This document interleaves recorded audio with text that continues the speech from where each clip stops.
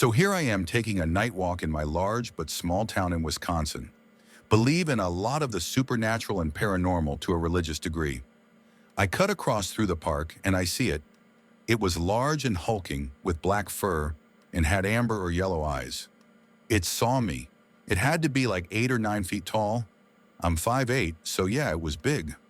Anyway, we looked at each other for about a minute or less, and it ran across the river that flows in the park. It was like the water did not slow it down. It stands under a light post for a bit, and I got a better look at it. It was a werewolf, lichen, dogman, whatever you want to call it. I can't lie, it was both terrifying and cool to see my favorite supernatural creature. This happened 2 years ago. I go back to the park almost every night and nothing. To be honest, I really want to be one, as long I have full control over it, that is. What are some of your own encounters? I would like to hear from you guys. Also, if any of you know any method to become one of them, I would also like to know. They are real. I just stay away from them. Where I used to live, I was close to a Bigfoot area, about 30 miles from another Bigfoot site, and 20 to 30 miles from a Dogman site. I am not going to mess with them. Just leave them alone, that is all you have to do. Back when Atlantis was creating weird chimera, the created Dogman servants. I guess they wanted to have a loyal servant. That was loyal like the family dog. Back when Atlantis was being destroyed by the reptilians, I guess some folks who were escaping from Atlantis brought their dogmen servants with them. Today, I think that there are dogmen in every state in America. The most reported sightings seem to be Texas, Louisiana, and Michigan. They are in Appalachia, but nobody reports anything in Appalachia. Pick related. Don't pet him, don't feed him, don't take him for a walk, especially don't run when you see him. Just leave him alone, stay out of his territory. Where is Dogman's territory? It is wherever he says it is. Here's a question for you. What happens when you cross a extinct humanoid DNA with the right environmental circumstances? Yep, you guessed it, werewolves. Let me explain. Before going on, I want to address an infographic that I've seen a few times that attributes the actions of a certain group to Neanderthal DNA. This is true in a certain sense, but completely missed the mark when it comes to primordial DNA. The real story is much more complicated. First about me, I study bones, ancient bones. I won't tell you where or in what capacity, but trust me, I know what I am talking about. You know the story of early humans, right? The story goes, 1.6 to 1.8 million years ago, hominids left Africa, and 150,000 years ago, anatomical Homo sapiens showed up. Wrong.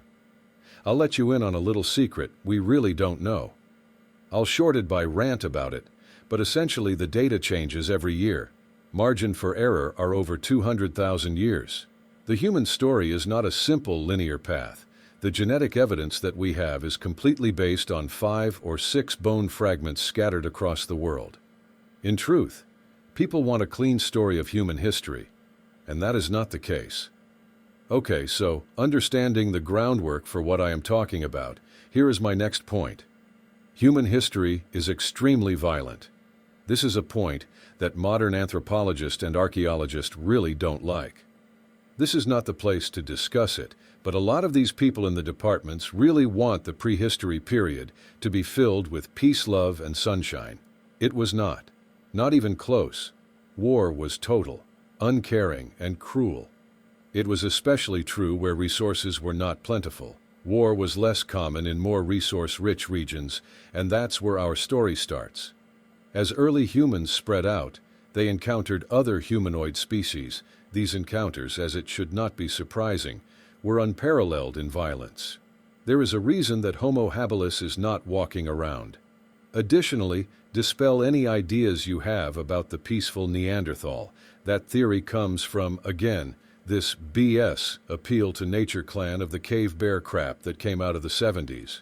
Neanderthals were very good at fighting. They weren't stupid and extremely tough. So here's the question. How do people whose main method of fighting involve running away fight people who have been forged by the hardest conditions known to man? The answer, become them.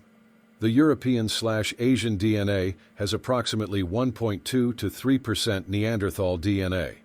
So what's with the deal with werewolves? Werewolves are the product of the right genetic factors being triggered at the right time. Same with vampires.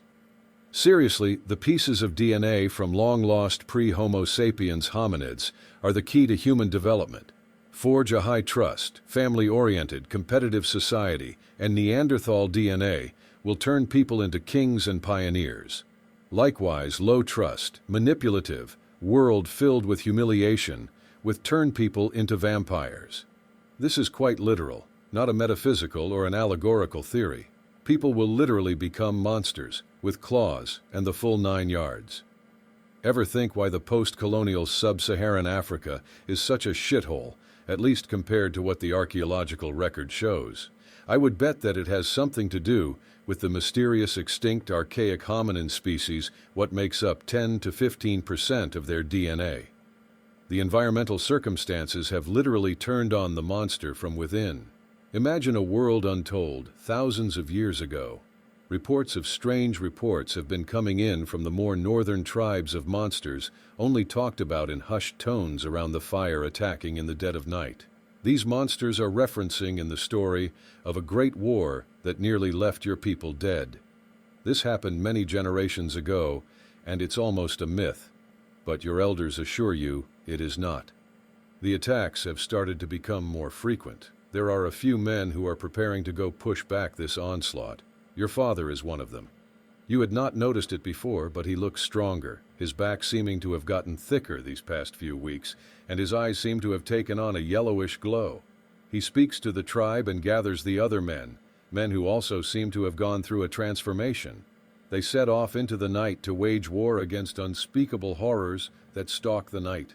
This story is your story. It is within you and every single one of your ancestors. Know yourself, and peace be with you.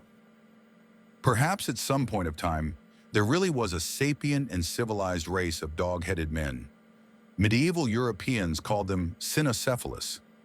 Some icons within the Orthodox Church would have Saint Christopher having a dog head for some reason. His most famous story was that of carrying a child through a river and being astonished by how heavy he was, and later finding out that it was Christ as a child carrying the world. He was supposedly martyred by the Roman Emperor Decius, or maybe Diocletian, in the 3rd century. But outside of that, we know very little of him. He's a very mysterious figure, and nobody really knows his origin. We're not even sure he actually existed. There is epic about him that first appeared in Greece during the 6th century, but the most popular version on it stems from Golden Legend, a book of hagiographies. Idealized stories of religious leaders, basically. According to the book, he is over 7 feet tall, perhaps 12 feet according to some sources, and was a Canaanite named Reprobus, and was serving a powerful Canaanite king because he was the most powerful figure he knew. The king would make a sign of the cross whenever his jester mentions the devil, so deciding the devil was more powerful, he sought to enter his service. He came across this band of soldiers, and one of them claimed to be the devil, so he served under him. They came across a road and happened to stumble across a cross just on the wayside. This struck the soldier, who was apparently perhaps really a demon, with great fear. Reprobus demanded to know why he was scared, and the soldier demon said it was because of Christ and sign. Reprobus thus found a hermit, and the hermit taught him the word of God. Reprobus was very resistant to the man's teachings and suggestions, but he finally relented with the idea of setting up this hut near a river, where many travelers supposedly died crossing over. With his great size, physical prowess, and a pole, he saved and guided many travelers. This, along with the Christ child story, further explains why he's the patron saint of travelers in general. During this time, Reprobus met Christ, and that's how his big story happened. And to Reprobus, it was by far his hardest task, as he struggled to lift this tiny kid across the river. When they finally came over, the kid said, "Do not be surprised, for not only did you carry the whole world, but he who created it. I am Christ your King, who you serve, and if you want proof, plant your staff in the ground by your hut, and it will leaf and bear fruit." The next morning it happened as he said. Around this period, I think he was renamed to Christopher, but I'm not sure. After this, Christopher went to Samos, a city in Lycia, which was a region in Anatolia. He planted his staff to redo the miracle, and thousands were converted because of it. The king didn't like this and sent soldiers after him, but he converted them anyway. Christopher was later imprisoned after refusing to worship the king's pagan gods, and the king tried to use two women, Nicaea and Aquilina, to tempt him from his faith, but again, he just converted them. These women later pulled down his idols, killing them, so I guess they weren't that godlike. The king, pissed beyond belief, tried to torture Christopher with a heated chair and helmet, but nothing happened. The king used hundreds of bowmen, and an arrow did hit, but it hit the king in his eye. Christopher said to him that he will die tomorrow, and that to make paste of his blood to rub it in his eye to heal it.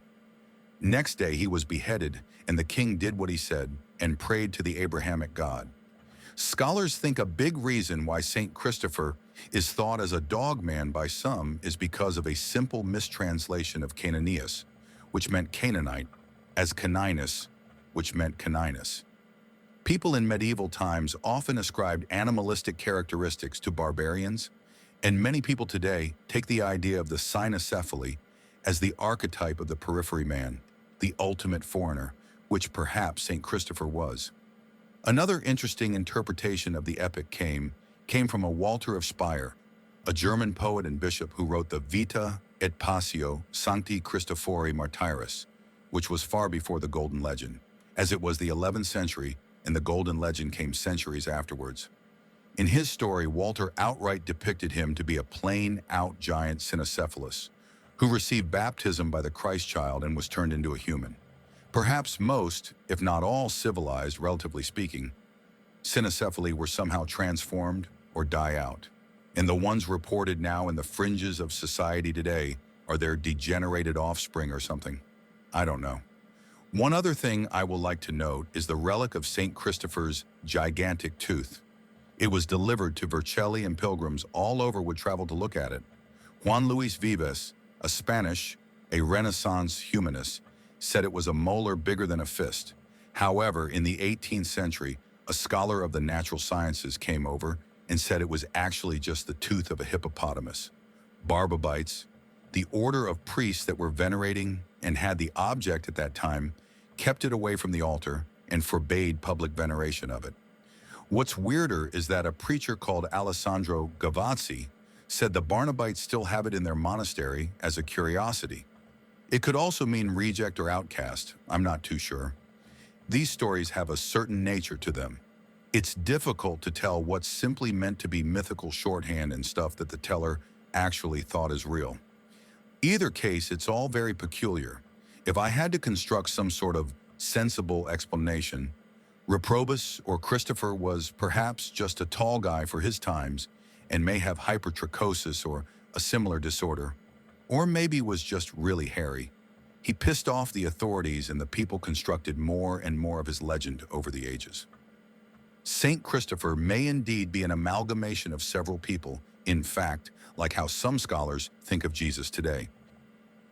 The U.S. government and other powerful organizations have been researching animal and human genetics and cloning for years in places with less strict laws like Puerto Rico and Panama, and that's what we know about. The Soviet Union also tried to make human-ape hybrid soldiers and managed to keep a dog's disembodied head alive and responsive during a truly inhumane experiment. This is again only what we know about, so I'd imagine something like a Dogman is possible with current tech. Probability and scientific likelihood seem moot factors since many cryptids seem to lean heavily into elements of high strangeness. The compelling evidence isn't the likelihood of such a thing existing, but rather the anecdotal eyewitness accounts the veracity and consistency of which indicate these creatures, no matter how bizarre, are out there. Bigfoot would seem to be the most likely given the prevalence of sightings and consistency, which not only describes a similar creature, but geographically identifiable subspecies and variants, with there being an alleged 4 major categories, with several subcategories within each. Dogman is the next most likely since its sightings seem to be on the rise. However, it would appear that such a creature can only be explained through some form of genetic engineering or hybridization, which is problematic since sightings go as far back as the 1800s, and arguably further yet into ancient Greece. Alleged DNA studies indicate a creature with genes similar to that of a human, a canine and a pig, which is interesting since some variants in the eastern part of North America are said to have more warthog-like features than just canine, some even described as being hairless with rough baggy skin in the northern Appalachian regions. This could account for any number of associated cryptids, such as pigmen or goatmen. Another disturbing newcomer began being spotted in the early 2000s, a large lanky ghoul-like creature often spotted on roadsides, possessing a sheepish but hostile disposition towards humans, often preying on roadkill and livestock. It has many names: Fleshgate, the Rake, Shrike, Ghoul, etc. In many ways, it appears similar to many erroneous modern pop culture depiction of skinwalkers or wendigos. Some suspect it may be a weaponized variant of a cryptid encountered in the Middle East during the two Gulf Wars, the Ghoul. Though unsubstantiated, individuals who have claimed to have killed one of these say that it was no easy task, and even after death it gave off an aura of fear which it exuded almost like a scent. They also claimed that black helicopters were in the area within 15 minutes of the kill, suggesting government involvement. During the early 20th century and late 19th century, there were numerous accounts of whale-sized aquatic reptiles appearing almost like giant amphibious crocodilians, with eyes set out on short stalks and a vertical fin at the end of its tail. However, these sightings seem to have stopped altogether after the 1950s, shortly after the advent of sonar. My encounter took place many years ago. I never had the faintest explanation for it until a couple months ago when I randomly stumbled across Dogman on the internet. I was in my early 20s, working swing shifts at the time and commuting about 100 miles each way, so it was usually around 2 in the morning by the time I got home. I saw the monster, as I called it, on the northernmost section of Trunk Road in the Matanuska Valley in Alaska. This area is almost smack in between the towns of Palmer and Wasilla. I was only about 10 miles from home at that point, so it must have been around 2 a.m. Trunk Road is a narrow 2-lane road consisting of nothing but twists and turns. The surrounding terrain is somewhat swampy and thick with black spruce. It was late October, days before Halloween. There was no snow on the ground, but it was cold enough to be wary of ice. I was driving an '82 Subaru SW, going about 20 miles per hour around a curve, when my headlights caught a large dark figure up ahead. I'm bad at judging distance, maybe 6 car lengths away. I instinctively let off the gas, coasting closer. At first, I assumed it was a moose, as the area is infested with them. But no, it was standing upright. Bear, then. No, not a bear. It looked so strange. Tall enough to be an uncommonly large bear, but far too slender, and it looked like it had spikes running down its neck and back. A Halloween prop? It was an odd, but effective place for one. All those thoughts ran through my head in a fraction of a second. The car was still coasting closer, and I could see more details. It was standing in profile, gazing across the road. I could clearly see its wolfish muzzle, large upright ears. The spikes on its back were in fact clumps of fur. Its spine curved in a smooth, very natural-looking way. It was standing in the ditch inches from the pavement. Because I was focused on its upper body, I do not recall anything about its back legs, or if it had a tail. I did see its front legs, though, very doggy-looking, hanging awkwardly down and slightly toward its front, exactly as you'd expect if a dog stood upright. While it clearly had a canine look, there was still something off about it that I cannot articulate. It was perfectly still, and at this point, given the proximity to Halloween, I was quite convinced it was some sort of Halloween prop because it was clearly not any kind of existing animal. I was deeply impressed and gently stepped on the brakes, intending to stop and examine it closely. Then it turned its head towards me. In the tiny fraction of a second that it took for it to swivel its head, I knew I had made a terrible mistake. The fluidness of its movement removed any and all doubt that this was some kind of prop. It was horribly, terrifyingly alive. The pale, off-white glow of its eye shine in the headlights destroyed any possibility of a human in a costume. I think I sat there gaping at it in shock for a few seconds, the car barely moving by now, but still inching closer. As I was almost upon it, I think it could have leaned forward and touched the car if it had wanted. I had to look up to see its face. Again, I'm a bad judge of such things, but I am 5'4", and it was a hell of a lot taller than me. Tall like a polar bear standing 7 or 8 feet? I really can't say. I snapped out of my trance and slammed on the gas. The car fishtailed, and I prepared myself for death by monster, as I was certain I'd end up in the ditch. But the tires caught the pavement, and I drove like a complete maniac all the way home. I did not look back.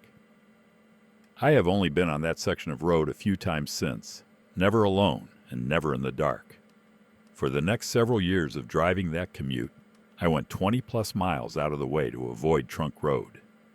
The thing never made any aggressive moves, but there was something about it that felt very, I don't know, predatory. I never saw anything remotely like it again, and never heard any stories about it in the area. This was about 23 years ago, and I had no clue what a dogman was, and I didn't believe in anything supernatural back then. I was hunting wild hogs in one of the southernmost areas of the Great Dismal Swamp. This is far south of the wildlife refuge where it ends at the Albemarle Sound in eastern North Carolina. I had put my boat in the water at a friend's house about a half hour by water from where I went into the swamp at. This was in late November, so it was pretty cold and really overcast, and it gets dark around 5 or so. It was about noon when I tied up and got out of the boat. First hour or so was pretty uneventful. I was working my way inland. Some of this part of the swamp can be walked through when the tide is low and it's just marshy with deeper canals and bogs scattered about, but there aren't any trails or marked paths or anything, so you really have to pay attention where you're going, and definitely need a compass since you can't see the sun. It's pretty dark in there even on bright and sunny days. I was back in there about 2 hours and looking for sign of hogs. I could tell some had been back there at some point, but it had been a while.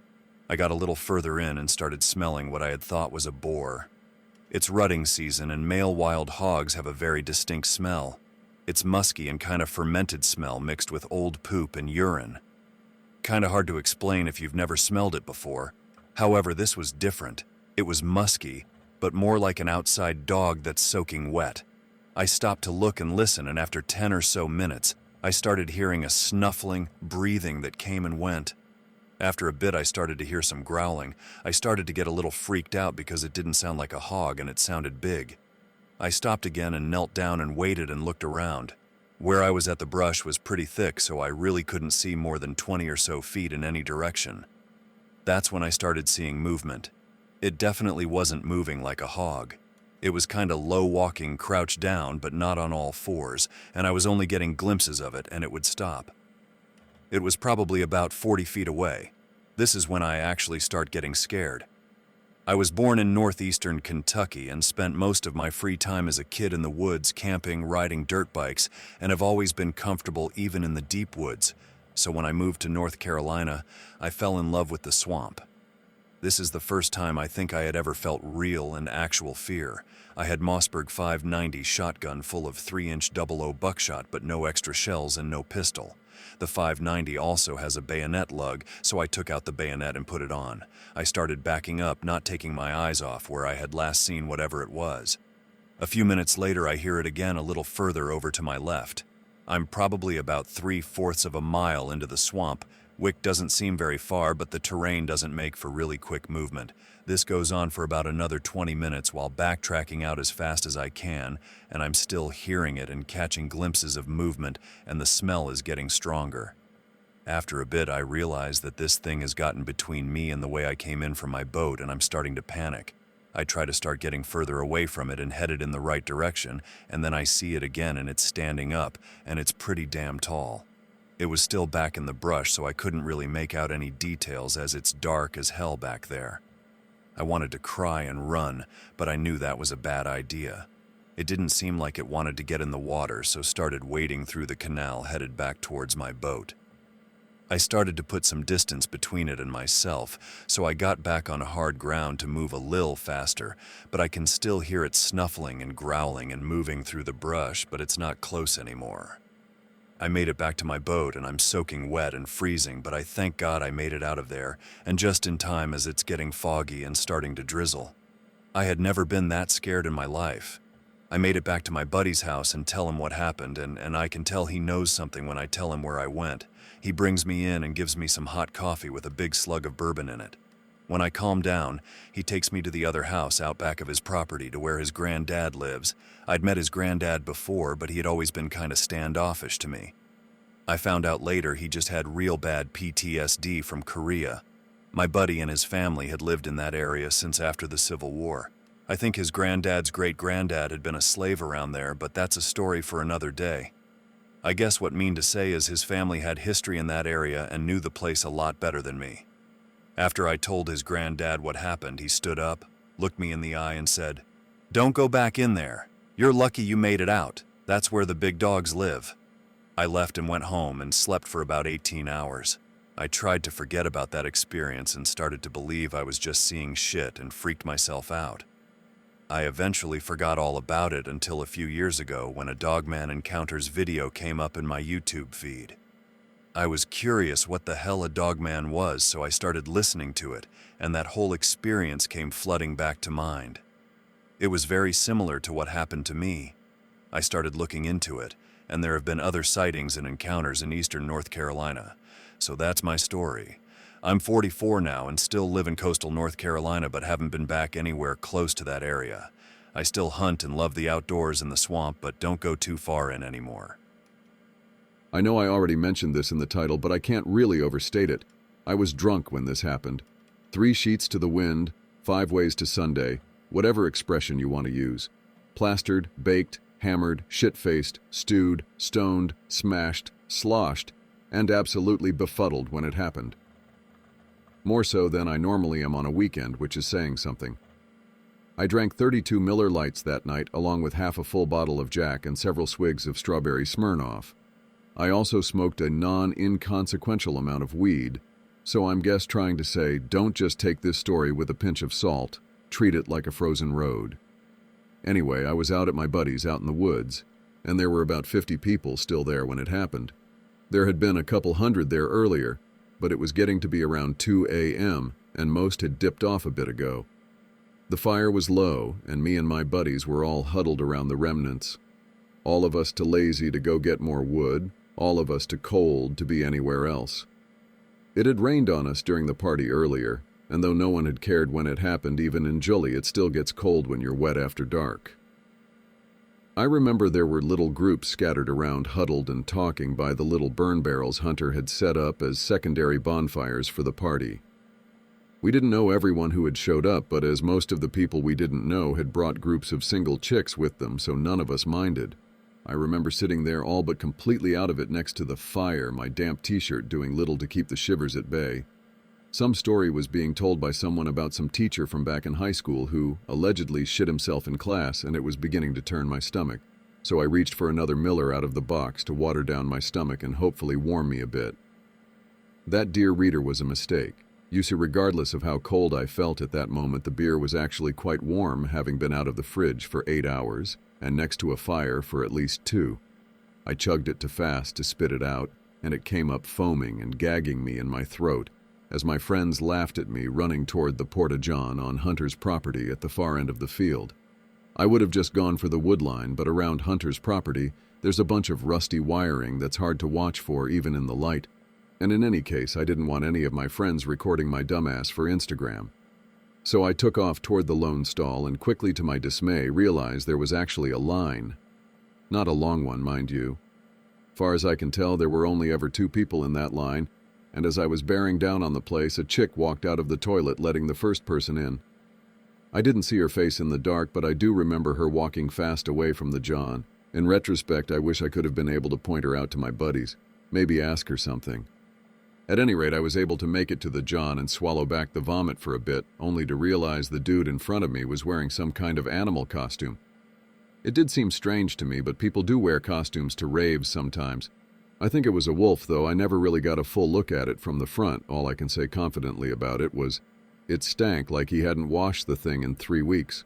In fact, in some ways it stank worse than that. It smelled a bit like a dead deer carcass, though I don't want to oversell it. If it had really smelled that god-awful, I imagine I would have said something else then, what I managed to slur through as I full palm tapped him on the shoulder. "Hey man, any chance I could go first?" Is what I got out, I'm pretty sure. He never turned. Instead, his back did this weird whip-like contortion, and then it arched up like a cat. He got on all fours, or rather put his 2 arms on either side of the stall, and then just scurried up the fucking thing. I don't know really where he put his feet or how the hell he did it, but he somehow got on top of the Port-a-potty. From his vantage point up there above, he looked down at me with his weird werewolf Halloween mask, and for a moment, it looked like a tongue came out between the jaws. If whoever was in the stall noticed any of this, they didn't seem to care, as not a sound came from inside, but between the booze and the scare and the 1,000 superstitious thoughts going through my head as the thing breathed at me, I threw up on the grass and passed out. When my friends came to find me with flashlights, I was laying in my vomit and couldn't be made to move my arm, let alone stand. They cursed me as they carried me back to the truck, mud and puke getting on them as well. They laid me in the bed rather than letting me sit inside the cab and took me back to my place, where they took off my shirt and laid me down on my couch. Be junior in high school, living in very small town, upstate New York. Mom recently had gotten a new job and now she had to take some backwoods hill roads to get to I-88. Comes home one day talking about how she saw some kind of fucked up dog in the middle of the road while driving through the hills. Stepdad and I, to our bewilderment, were convinced it was a fucking honey badger, based on Mom's description. Upstate New York. Show Mom a pic of badger. She says it's almost identical, except what she saw was taller. What the fuck, that's so weird, but it's the hills, so who the fuck knows? Forget about it for a year or so and fast forward to right after high school graduation, driving the hill roads with GF one evening, 6 or 7 p.m. summertime, so plenty of light, driving 25 miles per hour. On the side of the road in a ditch just before the brush starts, I see what no shit looked like a large chimp with the silver streak pattern gorillas have on their backs. It was sitting like a monkey or ape would when they are eating bugs off each other with its back to the road. Didn't see its face. Throw that Subi straight from D to R without even hitting the brakes and start gunning backwards towards it to get another look. See it leap, arms stretched out front, legs out back like a frog or something, into the brush. I've always assumed it was somehow related, if not was, my mom's honey badger. It wasn't until I started listening to Dogman encounters on Sasquatch Chronicles and the Confessionals that I came to the idea that it could have been a dogman, as many sightings involve a strange dog creature that suddenly stands up on its back legs. When I was around 12, my friend's dad told me a story. I know I was just a kid, but not prone to believing BS from adults. They never did convince me of Santa Claus, so my friend's dad was retired military/army guy. He was out in the woods, guarding a military post, and a creature approached his camp. He said it was not human. It was dark except for the one overhead light. The creature wouldn't come into the light. It just stood there, barely beyond the light. Friend's dad didn't do anything. He felt like the light was the only thing keeping him safe. He said it was a dark, hairy creature that stood on 2 legs and stared at him. It was tall and slender. It didn't make noise. The situation made him feel cold. I could tell it disturbed him, telling me. It eventually turned and walked away. He told his superior later, and they said not to say anything to anyone. So he didn't. He told me there are things in this world to watch out for. Don't get stuck alone in the middle of the night without some light. I want you to be okay. That's all he told me, and never spoke about it again. He just got up and walked out. I got a chilled feeling. Somehow, I just know he wasn't lying and he wasn't crazy. I don't care if anybody believes me. I can't deny I believe him to this day. I got one that sort of fits the bill. Not pasta, though. Live in Farmington, New Mexico for about a decade as a chillin'. This is bordering on the Navajo Nation. Lots of drunk Injuns wandering about. Some of our family friends are Navajo, superstitious, but didn't like sharing it with outsiders. Run cross-country in high school because I'm scrawny, and there is nothing else to do in Farmington besides meth and football. Go to meet and gallop. This is near Window Rock, Pick-related, which is big to Navajos because it was their capital once. Big in their mythology, part of their creation. Anyways, going to and from the meet requires traveling a long-ass, unlit 2-lane highway through Navajo lands in a shitty school bus from the 70s with 20 other high schoolers. We are heading back at night and have been like an hour. Pitch black out, near new moon, bumfuck nowhere. I'm trying to listen to music when the bus lurches. Look at what the fuck our driver coach is doing. Notice something in the headlights. Looks like a coyote or something, but 8 feet tall. Standing on 2 legs, running at 60 miles an hour, bobbing in and out of the headlights. 2 of our Mexicans are saying the Lord's Prayer in Spanish. Look down. Try to avoid looking and sort of joining in on the praying. Bus is maxing out. Pedal to the metal. Look up after about 2 minutes of this going on as it is. See it directly to our left, keeping pace, running up and down a small hill. Looks at bus, swear to Jesus it made eye contact with me. Bright green, inhuman eyes catch the moon, like a dog's eyes in a camera flash. Blood turns to ice. It stands on a small hill, watching the bus and gets back down on 4 legs. Get back to town, tell my dad. He tells our Navajo friend's father comes over and burns sage, spreading the ashes around our home. Never mention it at school to anybody. One day, when I used to live in Mexico, I was in my mother-in-law's house for a get-together with my wife's family. This was about a year before my mother-in-law passed away. She was one of the sweetest ladies that I have ever known, and she called me over to the dining room table where she was sitting. She said that she had something important that she needed to tell me, and she asked me to sit down, so I did. She began to tell me about a very small town in Chichihualco where she grew up. It was basically on the side of a mountain, and there was only one road that went in and out of town. She said that they had Nahuales living in the town. I asked her, "What is a Nahual?"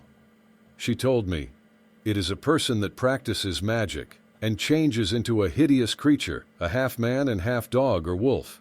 Other times they just change their shape so that they look exactly like dogs or wolves." She went on to tell me that these Nahuales would stop every car as it came into town and every car as it left. They would only allow the villagers who lived there to enter the town. They were the only ones who had permission to pass. They did not like any outsiders coming in, and they sometimes would not let people leave. Sometimes, she said, there would only be 1 or 2 Nahuales watching the road, and sometimes there would be 5 or 6 or 8 of them. They would stand in the middle of the road, guarding it. Some of them looked just like large dogs, while some looked like wolves. Others looked like normal people, and others were half man and half wolf. Very ugly and scary-looking creatures. They could transform whenever they wanted to. I was shocked. The house was full of people, laughing and drinking and talking with each other. No one seemed to be paying attention to what my mother-in-law was saying. I had never told anyone about my own encounters, not even my wife, and I was very surprised that this little old lady was telling me this bizarre story. Anyway, my mother-in-law told me that her mother died at a young age, and she thought that these creatures might have been responsible for her death, although she wasn't sure. She suspected it because when her mother was dying, one of the half-men, half-wolf creatures showed up. It was on the roof of their house making a bunch of noise, scratching at the roof and all that, just waiting for her to die, as if it were waiting for her soul. She said that she left the town as soon as she was old enough to get out of there, which was about 13 or 15 years old, I think.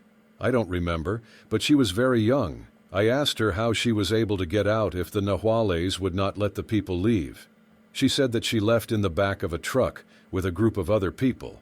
I think she said that they just let them pass. Either that or they drove through when the Nahuales were not there. I can't remember. Anyway, she got out of town and was later taken in by a very rich aunt, who treated her like a servant. But as her hometown grew in size, the Nahuales stopped guarding the road as much, and then later they stopped guarding it altogether. I went to visit this town many years later. It is a large producer of mezcal, which is similar to tequila.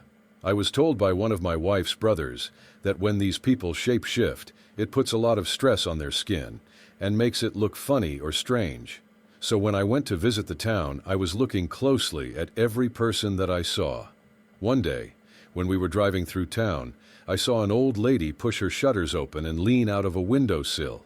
We passed her, and I saw that she had skin hanging on her face about 4 inches long, and skin hanging from under her arms about 5 or 6 inches long. To this day, I have never seen another person that looked like that. I feel like my mother-in-law told me this story because she thought that others also needed to know. She had no reason to lie to me, and I believe her story. When I asked my wife and her sister about it later, they said they had been hearing the same story since they were young children.